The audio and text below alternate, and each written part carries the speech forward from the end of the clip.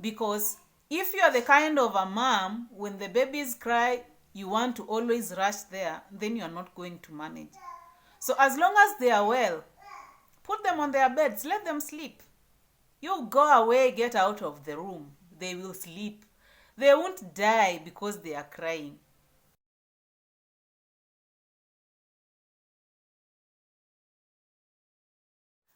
Hello, my name is Charity Mugeni and thank you so much for stopping by. If you are new here, welcome to my channel.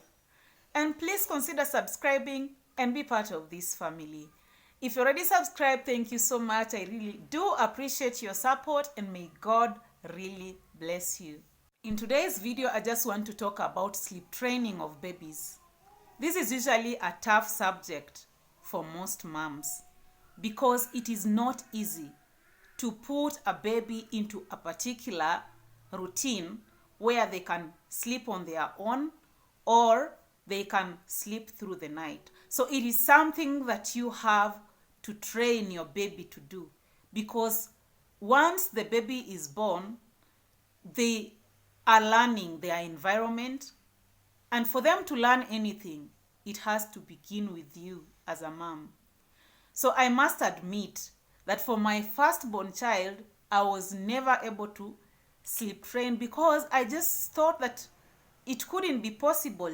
How do you really sleep train a baby to learn how to sleep? I never thought that that is something that would be possible.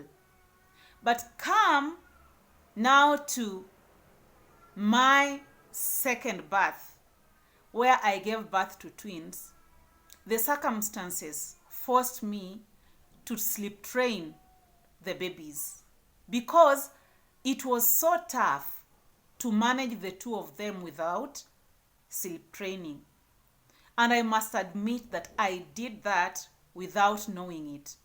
I later on learned that I was sleep training just after I had already done it.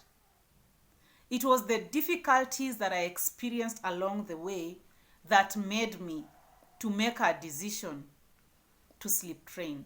It was sleep deprivation, frustrations, fatigue, all those things made me make a resolve that I had to make these babies cooperate with me, whether they liked it or not. And I can assure you, it worked. Don't mind me, I was in that place. So this is what to do to sleep train your babies or your baby. Number one, you just need to make a decision so that mentally and emotionally you are prepared to do it. Because what makes it difficult, it's how we usually respond to our baby's cries and all that. So unless you are mentally and emotionally prepared to bear with that, then you might not do it. Because the babies always cry all the time when they are fighting against whatever you are introducing to them. Because naturally, babies tend to be a little bit manipulative. Or maybe it is just their way of communication. But they might actually cry just to make you do something.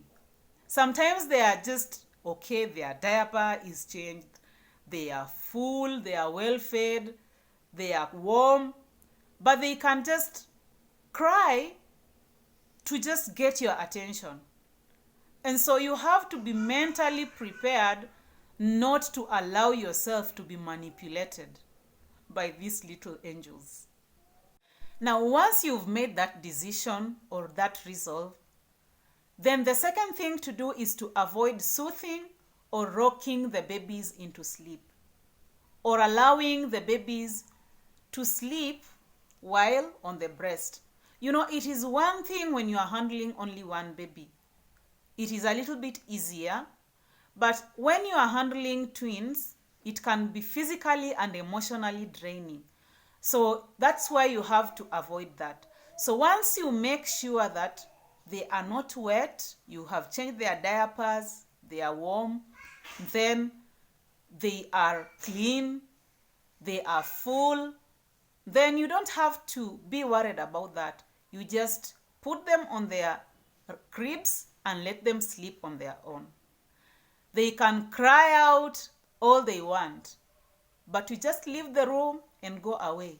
Let them learn to sleep on their own.